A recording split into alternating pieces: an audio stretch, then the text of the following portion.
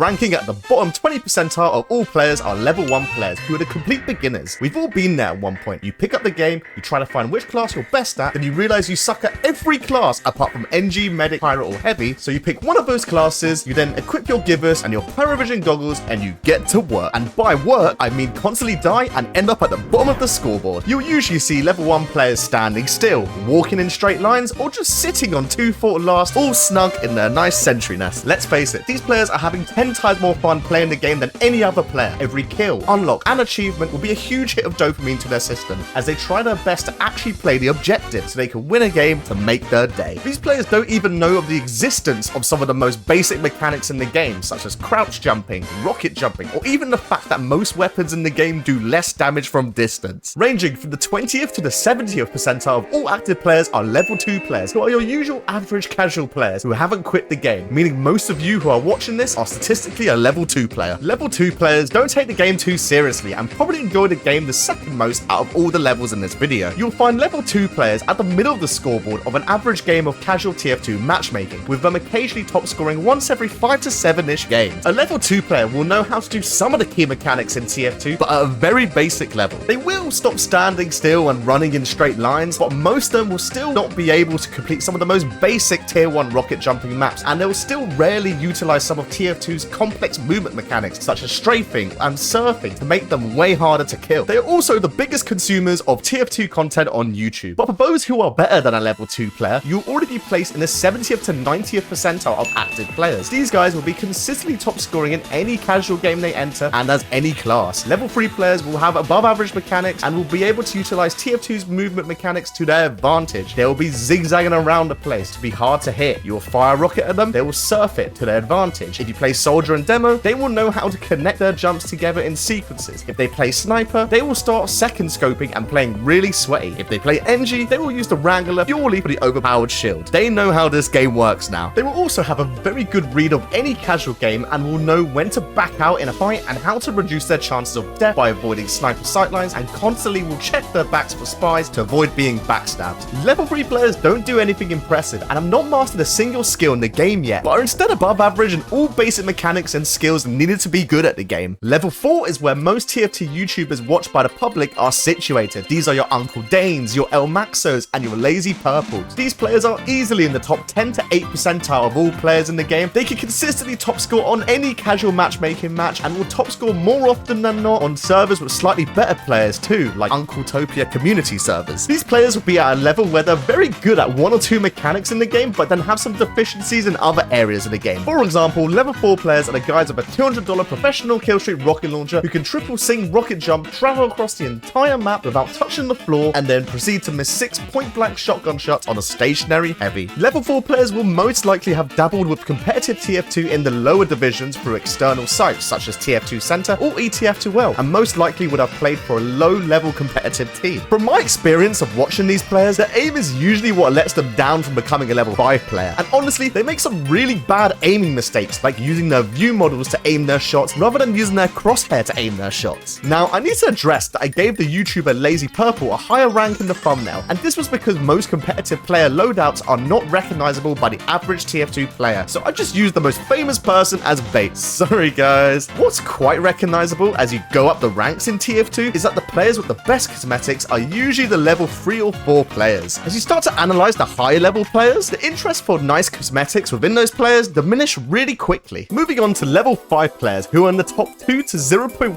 percentile of active players, and are a great example of when the lack of care of cosmetics in higher level players becomes apparent. A level 5 player's desk looks like a NASA control station, despite their game looking like it's running on a Nintendo 64. They've lowered their graphic settings so much that the characters don't even have eyes anymore. Of course, some of them still have fancy unusuals, but honestly, way more level 4 players have unusuals than level 5 players. You will rarely see these types of players playing casually. These players will spend 60% of their time playing competitive games on external sites or on private servers with their teams, and the other 40% of their TF2 time will be a mix of practicing aim and mechanics on 1v1 servers, aim maps, or movement maps. These types of players will most likely have at least 5,000 hours in the game, and at least 1,000 of those hours will be spent playing on external competitive matches. You can place these players in the middle to higher divisions of the competitive TF2 leagues. For example, Division 4 4-2 of E2F2L. These players will begin to employ every mechanical trick in the book whilst having better aim than a level 4 player.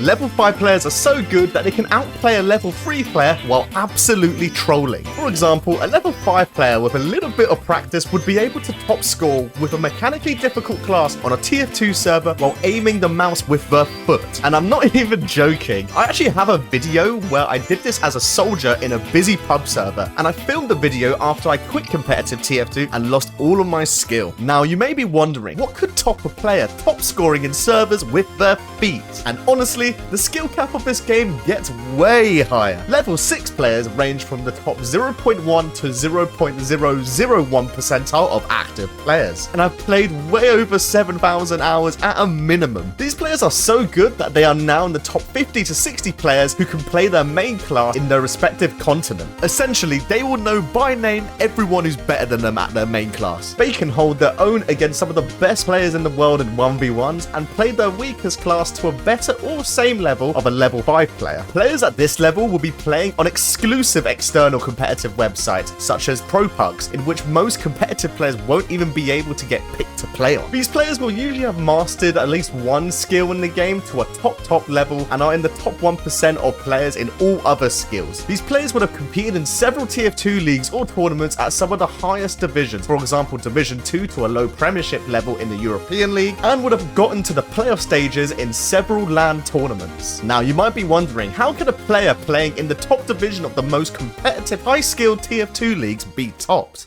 Well, let me explain how good level 7 players are. Level 7 players are the players that consistently come first or second in the Premier or Invite divisions of the highest TF2 leagues, putting them in the top 0.001 to 0.0001 percentile of active players. They are in the top 5 players in their main class in their continent, and they are so good at the game, they are in the top 100 of active players in any class worldwide. They are so good that usually the top team in Europe or America can pretty much not try and steamroll the 4th or 5th best teams in their continent. Many of these players quit after a few years of becoming a level 7 player, as they would have won so many online or international LAN titles in their time that they would get bored of winning all the time. At this level, some of these players can confidently pull out plays that make me question reality, but aim is just unreal. I mean, just look at this player who is a level 7 not missing a single shot in a high stakes game against other level 7 players who spent their whole life perfecting their dodging. Most normal players would not be able to hit even a single shot on these guys, whereas this guy's aim is so good it just looks like he's hacking against them. Or just look at their sniping ability, just casually flicking airshot headshot after airshot headshot against top level players moving and strafing at the speed of light. And on top of their aim, their movement is just more insane. Just watch this level 7 player casually perform 2 back-to-back synced rocket jumps in the middle of a high level game against world-class players to catch a top level medic off guard and kill the medic with full uber charge. And this isn't even a one-off. This guy does these sort of jumps for breakfast in a lot of high-level games against scouts who have trained their whole lives to deny these aerial attacks. Or just take a look at this level 7 player in a high-stakes, high-level game who barely ever plays spy, off-class as spy, and surf an enemy sticky bomb to trick stab the enemy medic who was trying to turn his back away from him. And lastly, they do all of this while making smart plays, constantly communicating, and even sometimes shot calling for their team, which is just an inhuman level of multitasking. These players are honestly crazy, and playing against them left me utterly traumatized and in disbelief of how good they are. If you enjoyed this video about the TF2 player base, you'll also enjoy a similar video in the top right.